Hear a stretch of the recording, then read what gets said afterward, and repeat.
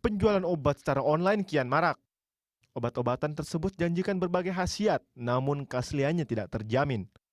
Tahun 2013, Badan Pengawas Obat dan Makanan mendeteksi dan memblokir 129 situs toko obat yang menjual obat ilegal dan palsu secara online.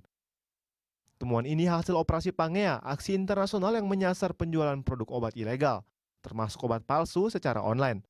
Sudah beberapa tahun terakhir, Indonesia ikut serta dalam operasi tersebut.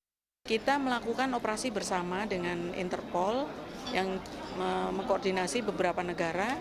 Kita sudah 3 tahun ini ikut dan dari situ kita bisa meminta blokir dari web site yang terlibat dalam perdagangan online.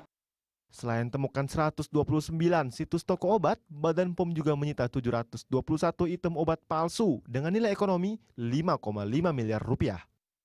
Jumlah ini terus meningkat dalam 3 tahun terakhir, baik dari segi jumlah situs yang teridentifikasi maupun luas wilayah operasi. Di akhir tahun yang sama, Satuan Narkoba Polres Cimahi membongkar sindikat produsen obat palsu di Padalarang, Kabupaten Bandung Barat. Polisi menyita lebih dari 236.000 butir obat palsu dari berbagai merek. Bahan pembuatan obat berupa serbuk dan cairan kimia. Juga mengamankan beberapa bungkus obat palsu lengkap dengan hologram dan 6 unit mesin pencetak obat. Kasus ini terungkap berawal dari laporan warga yang mencurigai adanya aktivitas produksi di satu rumah di perumahan Citra Padalarang. Setelah melakukan penggeledahan, petugas menemukan ratusan ribu obat palsu dan berbagai macam alat produksi.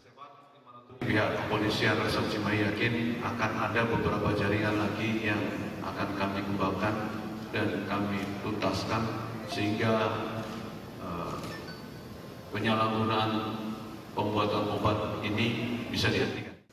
Selain mengamankan barang bukti, petugas juga mengamankan 3 orang tersangka, HD, DM, serta MH.